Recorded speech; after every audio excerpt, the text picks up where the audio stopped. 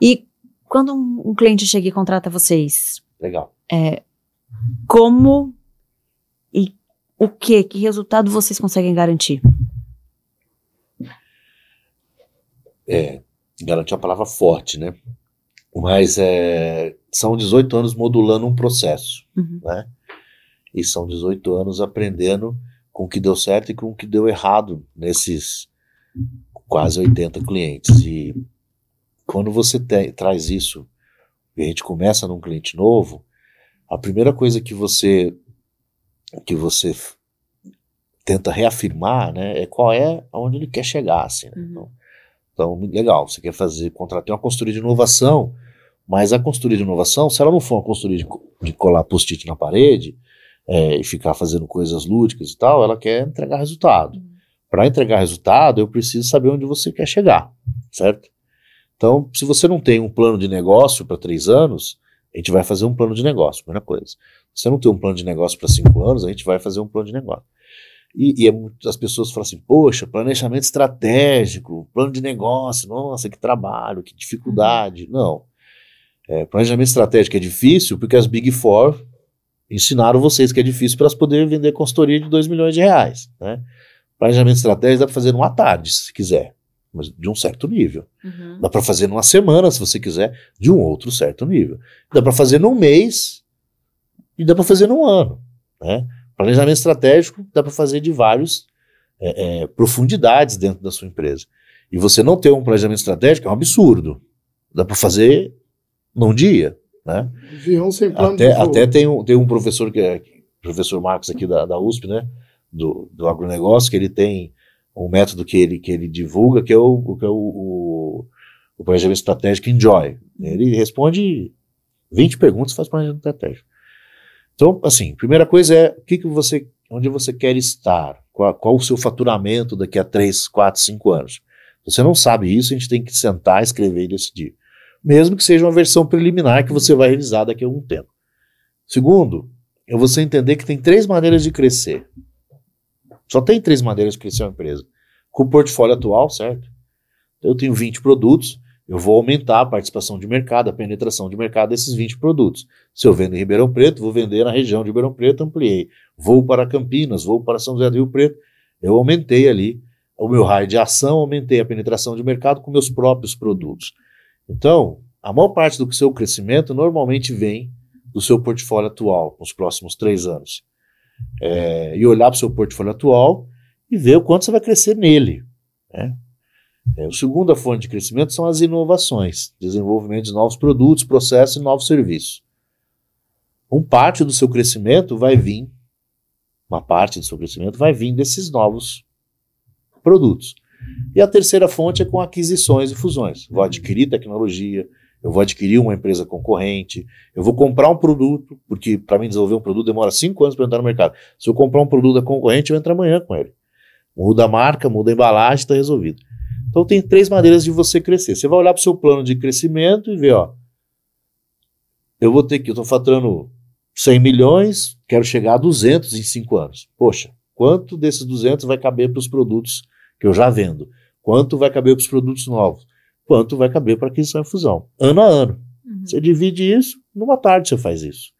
E aí você vai chamar o seu time, sua equipe comercial principalmente, equipe de marketing e a equipe de produção, isso para de pé. Nessa fábrica aqui eu consigo produzir tudo isso aqui a mais que eu quero vender, sim ou não? Aí você começa a ver os problemas. Chama a equipe comercial, vocês conseguem vender isso aqui? Vocês conseguem vender 200 milhões? Ou, patrão, com essa equipe não, vou precisar aumentar a equipe, vou precisar de mais recursos, né, etc e tal. Mas dá para vender, agora vou precisar de mais produto, mais 10 produtos aqui e tal. Aí você começa a ver onde é que tem as lacunas de faturamento, as lacunas de crescimento da empresa. E a gente é especialista em preencher isso. Com o quê? Com projetos de inovação. Então, quando você fala, como é que você garante o resultado quando você entra na empresa? Primeiro que a gente vai fazer uma análise que normalmente o cara não está ligado. A última análise da curva ABC que ele fez tem 2 anos. Complicado. Segundo, a gente vai reafirmar qual é o plano de crescimento que ele escolheu. Né? E vamos combinar que se o mercado cresce 10%, você fez um plano de crescer 8%, encolhendo. Você está encolhendo, você vai desaparecer em algum momento, né? Se o mercado cresce 10%, você tem que crescer 15%. Não porque você veio trabalhar. Deixa lá né? Então tem que ver isso. Uma vez seu plano de crescimento está pronto, você vê onde é que ele vai crescer, quais são os projetos que estão estruturando isso, e a gente ajuda nisso. Olha, aqui você tem problema. Seja na parte produtiva, seja num produto novo, e vamos trazer um produto novo. Poxa, esse produto novo, você tem tecnologia para isso? Às vezes você não tem. Você tem fábrica para produzir essa tecnologia? Você pode terceirizar, pode trazer de outro lugar, mas qual é o arranjo que você vai dar para esse produto ficar pronto ou você vender ele daqui a 2 anos? Então, quando você começa a desenhar isso, você vê exatamente onde você pode agir e a chance de você ter sucesso é onde você fala que você garante que vai trazer resultado. Entendeu? E a segunda fase é, uma vez que você já sabe o que você tem que fazer, poxa, eu vou ter que trocar toda a minha linha de produção. Ou não, minha linha de produção não tem automação, vou ter que instalar automação na minha linha de produção. É um outro problema, menor, mas é um problema ainda. Preciso de 6 produtos novos, cara. Preciso desenvolver 6 produtos. E cada produto vai ter que vender 5 milhões para dar conta. Então tem que ser um produto impactante, né? Aí você já sabe o que vai fazer. Você vai lá e busca um dinheiro barato para fazer isso. Transforma isso em projetos de inovação, né? E vai atrás de um financiamento FINEP, vai atrás de um financiamento de uma agência de inovação para te ajudar. E isso vai te dar musculatura e financeira para você desenvolver os seus projetos. Enquanto eles estão maturando, você está no seu período de carência, né? Porque esses projetos de financiamento têm 2, 3 anos de carência. Para quê? Exatamente para você, enquanto está desenvolvendo, não precisar tá gastando recurso do caixa. E aí você tem, então, condição de financeira de desenvolver os projetos que você descobriu que você precisa desenvolver. E o terceiro ponto é, quem vai tomar conta disso tudo, né? Porque agora que você sabe que você tem que fazer esse projeto, você tem dinheiro, a coisa mais comum é o desperdício acontecer. Então, vamos tocar os projetos juntos, né? Entender quando é que eles vão acontecer, quem é responsável por quem, qual é a linha crítica desse projeto. Poxa, o Marcelo tem que fazer uma fase dele. Se ele errar na fase dele, 3 dias, é 3 dias a mais para o lançamento do produto. Porque ele está na linha crítica do projeto, né? Então, essas ações da linha crítica têm que ser olhadas de perto, né? Ah, não, a Juliana faz uma parte que se ela atrasar 1 mês, não tem problema, ela não está na linha crítica. Então, se ela atrasar 2 meses, ela não atrasa o processo de lançamento do produto. Porque se o produto atrasar 1 mês de lançamento, tem que rever todo aquele planejamento financeiro que você fez para o ano X. Já vai mudar tudo, Já vai né? mudar, você fez um orçamento, você ia contratar pessoas, você ia comprar 10 carros a mais para a área comercial, aí você fez todo o custo e não trouxe o produto que ia trazer o recurso. Então, controlar e gerir projetos é tão importante quanto ter boas ideias de desenvolvimento de produto. Muito pequeno e médio empreendedor não imagina que ele pode ter acesso a recurso para implementar um processo de inovação, né? Sim. Vocês acham que ainda precisa ter mais esse tipo de informação? Vocês ajudam, né? Com certeza, porque vocês têm esse pilar. Mas como vocês veem essa questão? O microempreendedor, como eu te disse, ele tem muito pouca ajuda no Brasil, mas muito mesmo. E ele paga um pênalti alto. Ele pega crédito a valores de 30% ao ano, 25% ao ano, 40% ao ano. O microempreendedor, ele realmente é um herói por continuar ali, sua labuta ali, né? O pequeno negócio que está estruturado, que tem 3 anos de faturamento já rodando, quando ele tiver um tamanho que ele saindo do pequeno para o médio ali, começa a existir linhas de créditos interessantes para ele. São linhas de créditos tão interessantes como uma empresa de 300 milhões pode pegar? Não. Quando uma empresa de 300 milhões pega empréstimo a 3%, ele vai pegar a 6%. Só que se ele olhar as linhas de crédito comerciais, ele está pagando 20%. Então, ele não olha porque ele acha que ele não é merecedor. Ele é pequeno, sou pequeno demais para um FINEP. Sou pequeno demais para trabalhar uma Embrapi. Sou pequeno demais para utilizar aí um recurso de subvenção do governo que saiu no edital. Não, você não é pequeno demais. Dependendo do tamanho do seu negócio, realmente, nós vamos fazer uma análise, cara, não dá ainda. Mas na maioria dos negócios, cabe um projeto de inovação para trazer recurso pelo menos a 6% ao ano, né? E, inclusive, quanto menor a empresa, você mais rápido faz esse projeto. Em 60, vamos falar, 90 dias, 100 dias, você consegue trazer dinheiro para a empresa, né? E isso muda o jogo, né? A empresa trazer R$1 milhão, R$500 mil, R$2 milhões para uma empresa pequena, isso muda o jogo da empresa. Da mesma maneira, nós estamos falando de empréstimo, você pode ir atrás de um edital de subvenção econômica. Esse ano foram liberados quase R$4 milhões em editais, em diferentes editais. Você não precisa ter tamanho para trabalhar, para participar. Você precisa ter uma empresa constituída e ter um projeto muito inovador para você poder participar. Às vezes o projeto inovador não está na empresa grande, está na startup, está na empresa pequena. Então você, mesmo sendo uma startup, uma empresa pequena, você pode concorrer a um edital de subvenção econômica do governo. E quem sabe pegar 3, 4, 5 milhões de dinheiro que você não precisa devolver.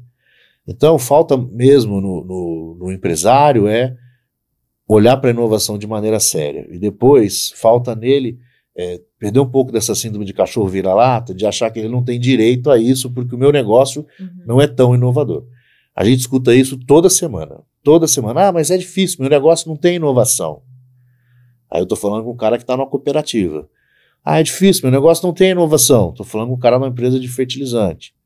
Poxa, claro que tem inovação. Você chegou até aqui fazendo alguma delas, né? Senão você não estava aqui, né? Mas ele não tem a pegada, eles acham que por não ser uma empresa de alta tecnologia, de base tecnológica, ou uma empresa farmacêutica, eles não têm acesso. Eles não têm direito a ter acesso a esse crédito. É exatamente o contrário. Ele tem todo o direito que a outra empresa tem. E aí a gente mais uma vez associa inovação com tecnologia de ponta. Né? Não é para mim, sabe? Não, projeto de inovação não é para minha empresa. Minha empresa é uma empresa de logística.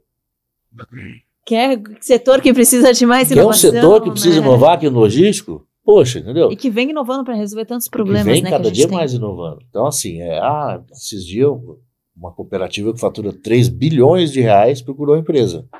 E falou, poxa, legal, procurou não, a gente estava num FINEP Day, um dia de inovação que ocorreu aqui em Ribeirão Preto. E, poxa, legal esse negócio de inovação que você falou tudo aí, mas, poxa, pena que para minha área não dá, né? Eu sou uma cooperativa. Mas como assim não dá? O que eu vou inovar na cooperativa? Porra, tem, né, muita coisa para fazer de inovação numa cooperativa. É só você conhecer o negócio e pensar em quais pontos você pode melhorar o negócio, quais produtos pode trazer, quais serviços, novo modelo de negócio e tal. E aí você vai lá no histórico de emprestar dinheiro das agências de fomento, de financiamento, tem um monte de cooperativa. Nem isso ele fez, nem isso ele olhou, quer dizer, o concorrente dele está lá. Eu sei, vocês não sabem nem que existe para olhar, Sim, né? Eu acho que também tem esse ponto, isso, assim. Tem isso, e aí nós vamos entrar numa outra, vamos falar assim, um puxão de orelha, né?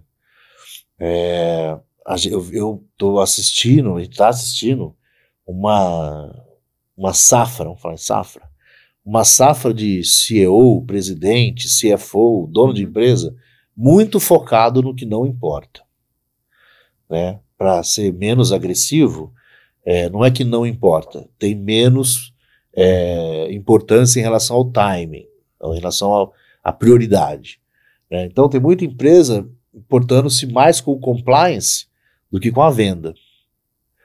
Compliance é importante, mas a venda, se ela deixar de existir, você pode ter o compliance que você quiser, cara. Nível 10. Você vai quebrar, porque você não vendeu. Então eu tenho uma brincadeira que o dono da empresa, o líder do negócio, ou a líder, a CEO, ela tem que acordar de manhã cedo e ter 2 missões. A primeira é pensar no crescimento do negócio. A segunda é pensar na sustentabilidade do negócio. Porque se o negócio está vendendo, está crescendo, você tem menos problemas. Vendas cura tudo. Já dizia Mark Cuban, que é um grande milionário americano hoje, né? Mas já foi até professor. E ele diria o seguinte, cara, se você vende, você não tem dor, porque a venda cura tudo, né? A venda é igual pensa numa caixa d'água cheia de furo. Se estiver entrando 3 metros cúbicos de água por hora, pode sair 2 metros cúbicos de água. Porque está sobrando água, entrando. Então, se você vende muito, você não tem pouco problema. Você pode ter a caixa mais selada do mundo, todo mundo feliz dentro dessa caixa d'água, agora não entra nada de água e sai 2 metros cúbicos. Em algum momento vai faltar água. Então, vender é a coisa mais importante de qualquer negócio. E o CEO, o dono do negócio, a dona do negócio, a líder da empresa tem que estar pensando em vender 70% do tempo dela. Se ela não estiver pensando em vender 70% do tempo dela, se ela não estiver ajudando a equipe dela a vender, ela está fazendo errado. Porque vender é a coisa mais importante que a empresa pode fazer. Receber a venda é importante? Mas em termos de prioridade, tentando tirar a importância, igualando tudo, todo mundo tem uma importância igual. Mas em prioridade, vender é mais importante, que é o crescimento, é a manutenção da empresa. O segundo é o futuro da empresa, a sustentabilidade da empresa. Poxa, você não é nenhuma criança, porque senão você não estaria na liderança de uma empresa. Você sabe que o mercado muda. Você olhou para trás, quantos mercados mudaram? Você assistiu hoje o mercado mudar, ontem o mercado mudar. Você acha que o seu mercado não vai mudar nunca? Isso é loucura. Então você já tem essa noção, você tem essa convicção. Por que você não está investindo no próximo mercado que você vai participar? Por que você não está investindo em inovação? Então, o segundo ponto que o CEO devia pensar, depois da venda, é a inovação. Então, uma é manutenção, crescimento, a outra é sustentabilidade mesmo. Porque se o mercado virar, meu amigo, o que você vende para os consumidores pode deixar de ser importante amanhã cedo. E a inovação é a base da sustentabilidade de uma empresa ao longo dos anos, né? A nossa frase, né? A inovação é a sustentabilidade de qualquer negócio. É o único caminho para a sustentabilidade do negócio, é a inovação.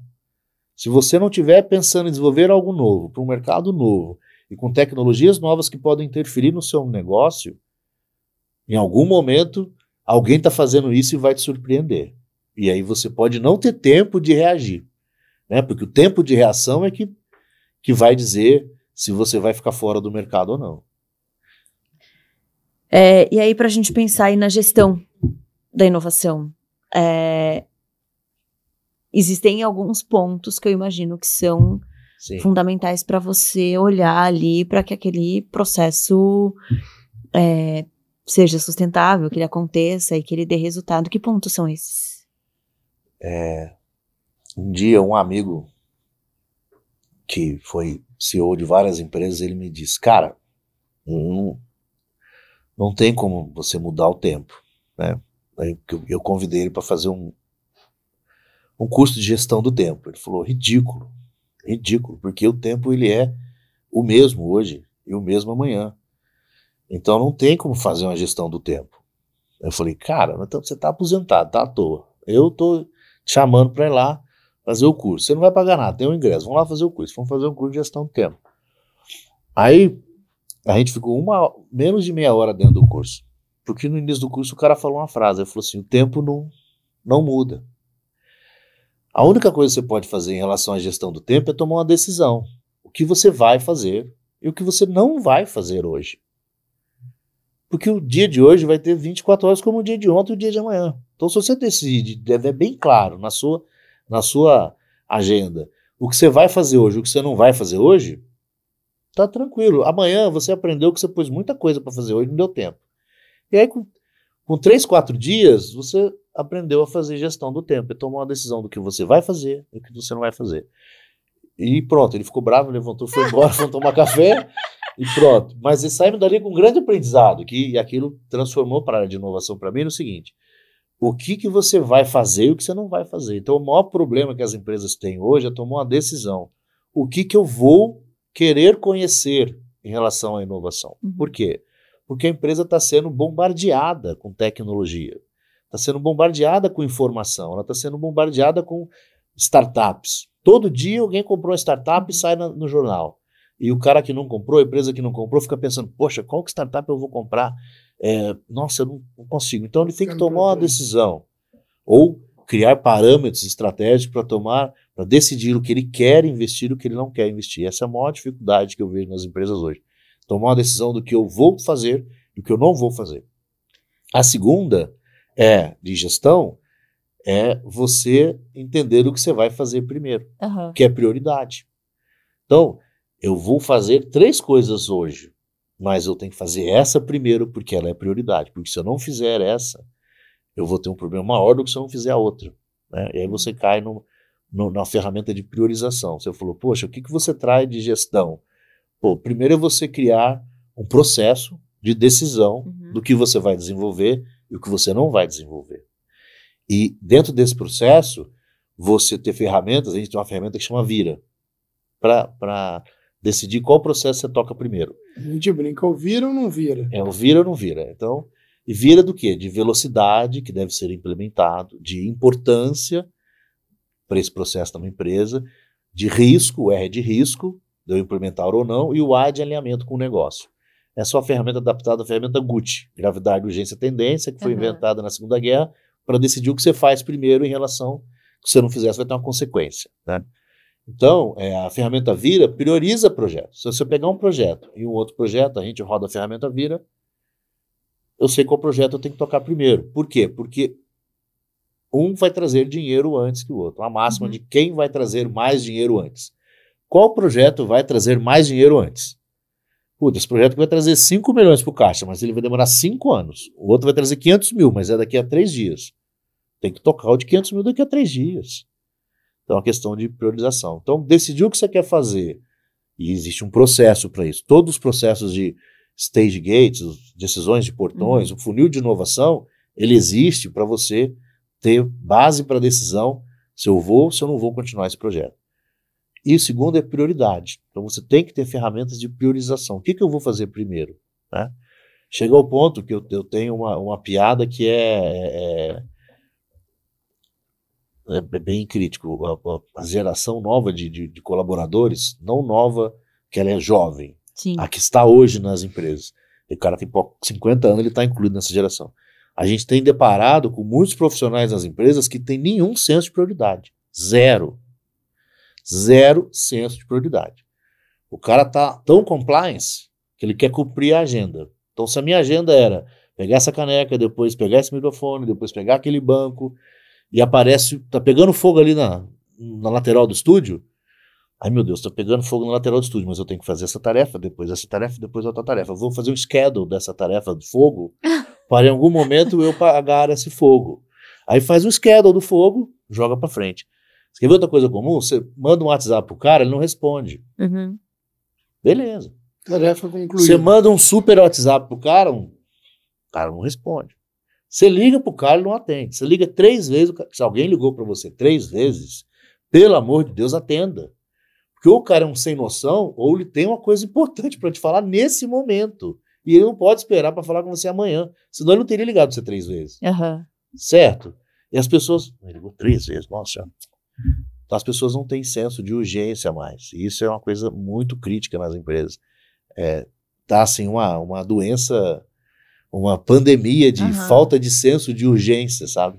Os mais antigos na agro falam, puta, essa pessoa não tem ardência.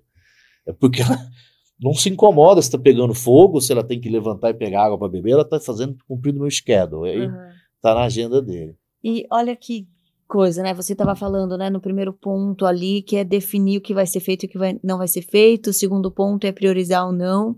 E aí você vem com essa... visão de que os profissionais não têm noção de prioridade e querem cumprir a agenda. E eu já estava pensando lá no primeiro de definir o que deve ser feito ou não. Hoje a gente tem uma dificuldade em decidir de, nossa, eu preciso definir qual projeto que eu vou tocar aqui, mas esse daqui vai me render agora, o outro vai me render no futuro. Mas, poxa, eu tenho que pensar que vai render no futuro, eu tenho que pensar na inteligência artificial, eu tenho que pensar, e ao mesmo tempo eu não sei, porque como o meu negócio vai ser impactado lá, será que se eu não tomar esse eu vou ser impactado? As pessoas estão realmente confusas para decidir, será? Viver é fazer escolhas, né? Então, um cara bem-sucedido certamente fez melhores escolhas do que um cara que não é tão bem-sucedido. E acho que primeiro, as pessoas estão com muita dificuldade de tomar essas decisões. Por quê? Porque falta uma análise mais crítica ali do que realmente importa, né? Outro ponto é que ela não precisa tomar essa decisão sozinha. Outro ponto é que 10 pessoas não precisam tomar essa decisão da cabeça deles. Eles podem ter parâmetros pré-definidos para isso. Então, ninguém pode ter dúvida numa empresa se toca um projeto A, se toca um projeto B. Se isso estiver acontecendo, está faltando um processo de tomada de decisão. A gente já viu a inversão disso em empresas. Muitas vezes você chega numa empresa que ela é inovativa e tal, quando você põe na mesa a quantidade de projetos que estão startados, humanamente é impossível. Sim. E aí você fica saindo de uma caixinha, entrando na outra, saindo de uma caixinha, entrando na outra, e você não consegue, né, que esses projetos se finalizem. Ou que você tenha prioridade, qual projeto vai trazer o dinheiro primeiro? Né? Qual projeto ele pode parar aqui? Nós vamos congelar ele porque ele está atrapalhando o processo do outro. Isso é muito comum também, que é o lance do processo, toda aquela questão de gestão, que muitas vezes ela está escondida atrás, não só da empresa que não inova, mas da empresa que às vezes não consegue gerenciar como inovar. Isso é muito comum. Você chega em empresa, tem empresa de 100 milhões de faturamento, tem 80 projetos. Quem que toca 80 projetos? Uma empresa de 100 milhões de faturamento tem uma equipe de projetos limitados. Os recursos são limitados. Para isso que você precisa tomar uma decisão, certo? Toca o projeto A ou toca o projeto B. Né? Mas é assim, a maioria das empresas acha, vamos tocar os dois, dá tempo, a gente aguenta. E aí aguenta dois mesmo. Aí daqui a 15 dias é A, B ou C. Vambora. Aí A, B, C ou D, F, G, H, aí vai, acaba o abecedário, acaba o abecedário, vira A1, B1 e vambora. E a equipe é a mesma, a equipe não dá conta, entendeu? E é uma sensação, aí isso, frustração. por mais tempo na Você empresa, sufoca a sua equipe e todo fica mundo frustrada. fica frustrado. E aí chega um tempo que já, bom, os prazos é algo que a gente já não defende dentro da empresa, né? Porque eles não vão acontecer. E aí você acaba atrasando todo o processo. Tem um guru comercial que ele fala, cara, projeto não é troféu. Uma empresa não é melhor que a outra porque tem 80 projetos. Se ela tiver Ao contrário, 5 projetos, ela pode ser melhor que a que tem 80. Isso é um ponto. Um outro ponto é que um cara não é mais inteligente porque leu 10 livros por ano. Se o cara leu um livro e releu e dobrou, e o livro está rasgando, ele tem rasura, tem anotação num livro, no ano, esse cara é melhor do que o que leu 10 livros. Tenha certeza. Porque se você vai a fundo numa coisa, você se torna melhor do que às vezes tentar fazer 10 coisas ao mesmo tempo. E isso é uma síndrome hoje nas empresas. A hora que você entra, a gente faz gestão de projeto, então a gente é contratado. Quantos projetos nós vamos gerenciar? 20. Ah, não, mas eu tenho, mas a Valor Novo só gerencia 20. Não, você vai escolher os 20 priorizados. A gente vai controlar 20. É claro que sobrando tempo, nós vamos construir na gestão dos outros 60. Mas se os não são prioridade, não tem como tocar 80 projetos, né? Com prioridade, sem chance. Você pode tocar até 1000 projetos, mas com prioridade não. O cara que inventou o PMBOK, um dos caras que inventou o PMBOK, perguntaram para ele uma vez, quantos projetos uma pessoa é capaz de tocar? Aí ele falou, se for uma pessoa normal, um projeto de prioridade A. Aí, esse projeto de prioridade A vai ficar esperando 15 dias da decisão governamental para uma licença. Nesses 15 dias, que ele não tem nada a fazer no projeto A, ele pode tocar um projeto B sem prioridade nenhuma. Porque esse projeto B vai ser tocado... ele vai ser em paralelo, ele no pode intervalo do A. mais lento, Então, quando tiver tempo do meu projeto, eu toco o outro. E se o cara fosse um mega profissional brilhante, ele consegue às vezes tocar 3. E o C não priorizado em relação ao B. Então você imagina que o C é totalmente compromissado. Não tem nem meta para o C. Isso o cara que inventou o PMBOK, que é o que rege todas as regras mundiais de gestão de projeto. Ele teve essa visão. E o cara contrata um gestor de projeto, 2 colaboradores abaixo do gestor de projeto, e acha que vai tocar 50 projetos. Não toca. Não. Mentalmente, se eu te der 20 projetos, você não vai tocar um na sua mente de cada vez. Não, mulheres fazem mais uma coisa. Homens fazem uma coisa de cada vez. Estamos falando mulher pode tocar mais coisas. Tá bom, mas não são 10, vão ser 2, 3, vai. E aí de cada vez você vai tocar 2, 3 coisas. Eu vou tocar uma de cada vez. Então ter 80 projetos Então decida o que você quer fazer. Pô, tô com dificuldade de decisão? Certamente você não tem tanta gente te ajudando quanto poderia e você tá sem um processo de tomar decisão. Ou você tem as pessoas, tem um processo de decisão e tá faltando você definir parâmetros nesse processo. Vou dizer um parâmetro simples, ó. A gente tem, normalmente, o primeiro portão da gestão de inovação é um portão de ideação, um portão que você está recebendo ideias. Tá cru ainda. Como é que essa ideia vira projeto? Você tem que construir bases, informações para diminuir o risco dessa ideia a tal ponto que você aceite que ela vire projeto. E toda essa construção leva tempo. E você gasta tempo da sua empresa para fazer essa construção de de trazer dados, de fazer análise de dados, construir um mercado, construir quanto que esse produto poderia... Pô, você jogou serviço para sua equipe. Então você tem que tomar uma decisão se você vai querer ou não conhecer antes de querer implementar. Porque decidir conhecer já tem custo envolvido. E aí você pode colocar parâmetros no portão de decisão 1. Parâmetro é, se esse produto faturar 2 milhões por ano, se quem está trazendo essa ideia diz que vai faturar 2 milhões, vão para frente com esse produto. Ou, se esse produto tiver um índice na ferramenta Vira que é superior em 10 pontos da média das minhas ferramentas, do índice Vira do meu negócio, vou tocar esse negócio, vou tocar esse projeto, vou querer conhecer esse projeto. Então você põe parâmetros no seu processo de decisão. Bem isso. Então, se você está com dúvida, escolho A ou B, faltou ou gente para te ajudar, ou processo ou parâmetro. Bem isso. Tá certo. Bom, a gente falou muita coisa aqui, Exatamente. né? Espero que a gente tenha esclarecido muitos pontos, né, para o pequeno, médio empreendedor, para quem estiver assistindo a gente. Espero que a gente tenha esclarecido o que é inovação e como a gente deve olhar a inovação, porque eu acho que é um conceito que se perdeu, Sim. né? Tão utilizado que a gente perdeu a essência de fato dele. E a gente tem que pensar na inovação justamente como algo transformador. Transformador para o meu mercado, transformador para a minha empresa, para os meus funcionários, transformador para o mundo, né? Sim. Eu acho que é isso que a gente quer quando a gente fala em inovação. Acho que a gente traz umas pulgas aí atrás da orelha de muito empreendedor, que gente, o mundo tá mudando muito rápido. Fica ligado, se você não tá ligado, você vai ficar para trás. Certamente. Então preste atenção em tudo isso, né? Tem alguns pontos que vocês queriam trazer de alerta para quem tá assistindo a gente?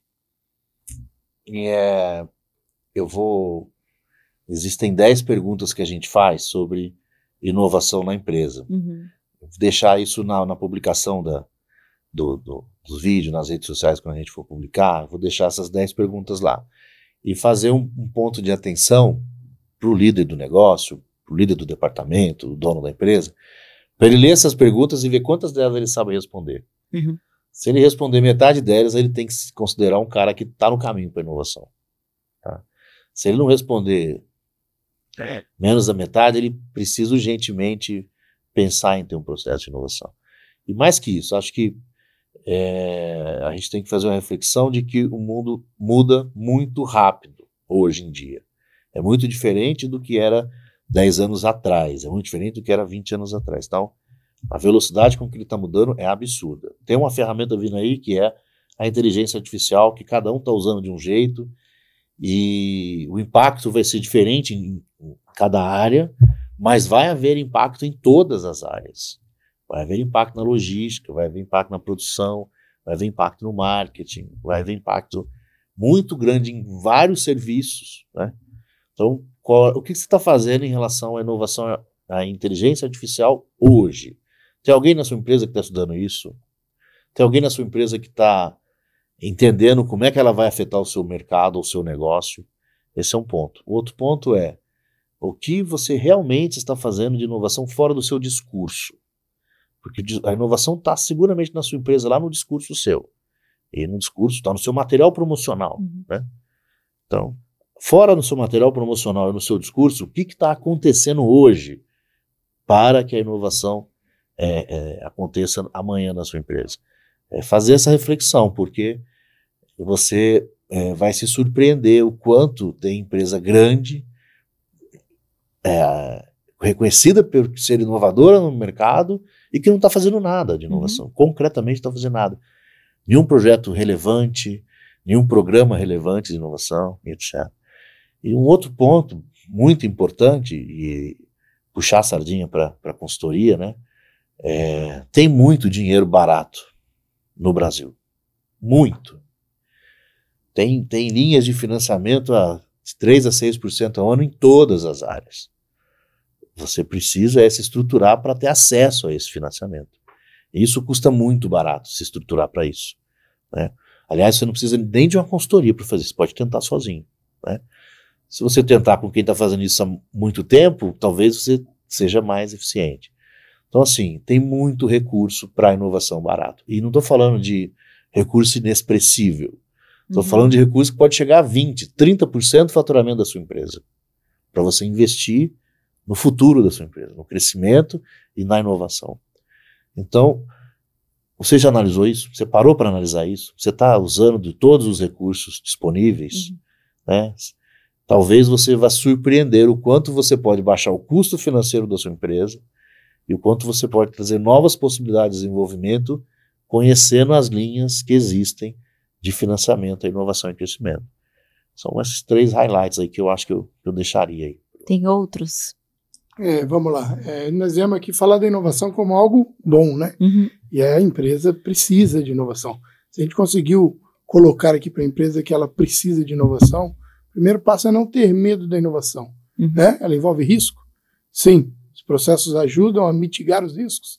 Sim. Então, buscar inovação é fundamental. Toda vez que a gente acha que isso é inatingível, que não é para a gente, ou que é perigoso, a gente tem de se defender-se disso ou não buscar isso como resultado.